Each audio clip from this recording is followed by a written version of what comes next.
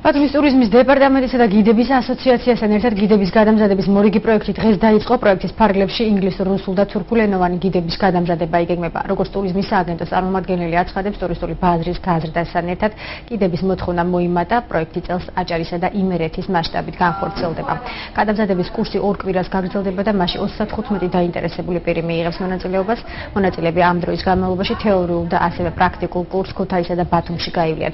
პროექტის ფარგლებში დღესვე ურთიერთთანამშრომლობის მემორანდუმი ბათუმის ტურიზმის დეპარტამენტს, საქართველოს გიდების და საერთაშორისო ინვესტორთა ასოციაციას შორის გაფორმდა. მომავალი წლიდან აჭარას ტურისტულ სეზონზე 20 ახალი გიდი ეყოლება.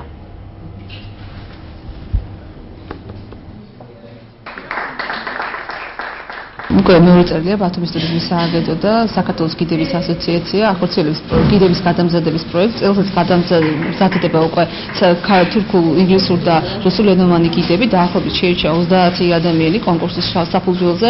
წელს ბაზარმა მოითხოვა ის, რომ გადამზადდეს ასევე აჭარის ერთად იმერეთის გიდებით და ვფიქრობ, რომ აჭარის კიდევ შეემატება 30 კვალიფიცირებული და სერტიფიცირებული გიდი, რომელიც სხვადასხვა ტურისტულ სააგენტოებში დასაქმდებიან.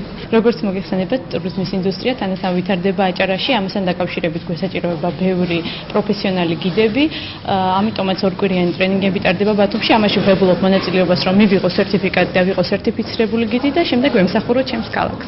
დღეს საქართველოს გიდების ასოციაციას შორის აჭარის სააგენტოს, ტურისტული სააგენტოს და საერთაშორისო ინვესტორთა ასოციაციას შორის გაფორმდა მემორანდუმი, რომელიც მოიცავს ტურიზმის განვითარებას, ხელს შეუწყობს ტურიზმის განვითარებას საქართველოში, კერძოდ კი გიდების გადამზადებას.